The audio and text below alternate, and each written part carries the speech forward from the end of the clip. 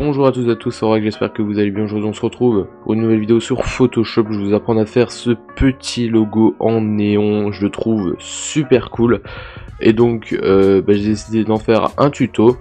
Donc déjà on va créer un nouveau fichier. Donc si c'est pour un logo on va faire 1000 par 1000 pixels, résolution 300, couleur RGB, ça c'est hyper important pour le coup. Contenu arrière-plan, tant qu'à faire on va le mettre en noir. On va pas appliquer le reste des options. Donc déjà on va enlever le petit cadenas et on va prendre l'outil texte pour commencer. Je vais choisir la police Gotham Black en italique parce que c'est elle qui se prête le plus, je trouve, à faire ce genre de logo. Et donc j'ai choisi de faire un L, voilà. Donc choisissez des lettres où il y a des droites, tout simplement. Si vous prenez un O, ça va être un peu plus compliqué, mais c'est faisable. Donc une fois que vous avez fait votre L, vous allez créer un nouveau calque. Vous allez prendre l'outil plume juste ici, en mode forme, vous allez enlever le fond et en contour, vous allez mettre 8 pixels. Et le contour, vous la mettez la couleur que vous voulez. Donc moi là je vais prendre, je sais pas, par exemple, je vais prendre violet. Donc avec l'outil plume toujours, donc je vais mettre sur un coin, je vais faire une droite, voilà tout simplement. En fait je vais juste retracer mon L, mais que les droites, donc c'est à dire que là je vais pas m'arrêter dans le coin ici, je vais aller jusqu'en bas, voilà, je vais descendre jusqu'en bas, et je vais continuer, voilà, comme ceci. Donc là j'ai le début de mon L, donc là si je cache mon L, voilà, ça donne ça. Ensuite je vais faire pareil pour la barre du bas, donc je vais créer encore un nouveau calque, je vais masquer celui-ci. Et là, donc on va commencer ici. On va aller là. Là, on va maintenir mage pour bien que ça soit droit. Et ensuite, on va aller là. Et on va revenir ici, tout simplement. Donc là, c'est parfait. Donc là, si je fais ça, là, j'ai mon L, voilà. Donc là, il n'est pas calé parfaitement. Donc on va juste le décaler un tout petit peu. Voilà, c'est pas très grave. Voilà, de cette manière. Là, c'est parfait. Donc là, on a notre début. Donc ce qu'on va faire maintenant, c'est qu'on va prendre nos deux formes et on va les dupliquer. Donc je vous conseille de les renommer. Donc là, par exemple, on va tout masquer. On va prendre celle-ci. Donc ça, on va l'appeler 1. Celle-ci, on va l'appeler 2. Celle-ci, donc ça c'est la deuxième, on va l'appeler 1-2. Voilà, moi c'est la manière dont je fais. Après vous faites comme vous le souhaitez, donc 1-3, voilà. Donc une fois qu'on a fait ça, on va prendre par exemple, donc moi je vais commencer par la forme 1. Donc je vais masquer mes formes 2 tout simplement. Donc ma forme 1 du dessus, je vais lui mettre une incrustation de couleur en blanc. Voilà, de cette manière. Ensuite je vais faire convertir en objet dynamique, donc clic droit sur lequel convertir en objet dynamique. Ensuite je vais le mettre en densité couleur moins. Ensuite je vais aller dans filtre, flou gaussien, et voilà, je vais appliquer un flou gaussien à 2,5 à peu près. Et ensuite je vais venir sur mon calque qui est en bas, donc mon calque 1, et je vais faire pareil, mais je vais juste lui appliquer le flou gaussien. Donc je vais aller hop, flou gaussien, je vais le convertir en objet dynamique évidemment, donc là il me le propose automatiquement. Et je vais lui mettre pareil, voilà, un flou gaussien à 2,5, ça suffit amplement. Donc là je vais faire OK. Et ensuite on va juste répéter l'étape pour la deuxième barre.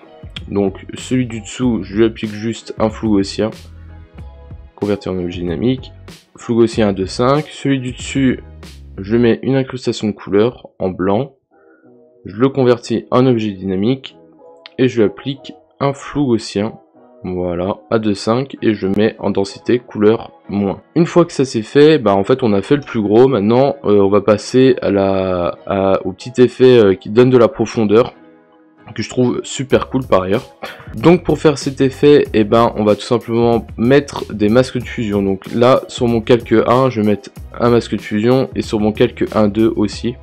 Donc hop, je vais essayer de déplacer pour que ce soit plus simple à comprendre. Donc là j'ai mes deux barres, donc j'ai mes deux calques de barres, donc ça c'est le calque violet et ça c'est le calque blanc. Et donc je vais appliquer à peu près les mêmes coups de pinceau. Donc là sur mon calque qui est tout en bas, je vais prendre mon outil pinceau en noir, je vais un peu grossir mon pinceau et je vais tout simplement venir gommer ici, voilà, de cette manière, voilà, comme ceci à peu près. Et je vais donner les mêmes coups de pinceau, tout simplement au deuxième calque qui est au-dessus. Et vous voyez que ça fait des sortes de pointes assez stylées avec une sorte d'ombre, donc ça je trouve ça super cool. Et je vais répéter la même étape pour les deuxièmes calques. Donc là je vais prendre mes deux barres, qui sont juste en bas.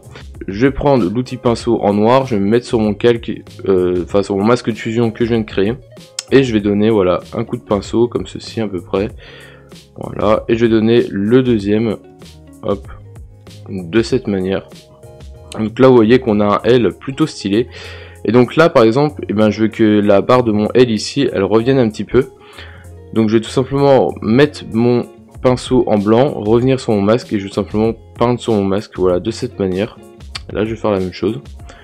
Donc là j'ai un petit peu trop fait, donc je reprends mon pinceau en noir. Voilà, après tout ça c'est de la gestion, donc c'est vous qui gérez comme vous le souhaitez. Donc ensuite, une fois qu'on a fait ça, on va créer un groupe.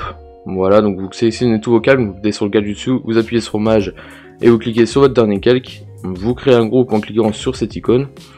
Et une fois que vous avez fait ça, vous allez dupliquer votre groupe, donc CTRL J. Et une fois que vous avez fait ça, vous allez mettre une incrustation de couleur. Donc la couleur dont vous souhaitez.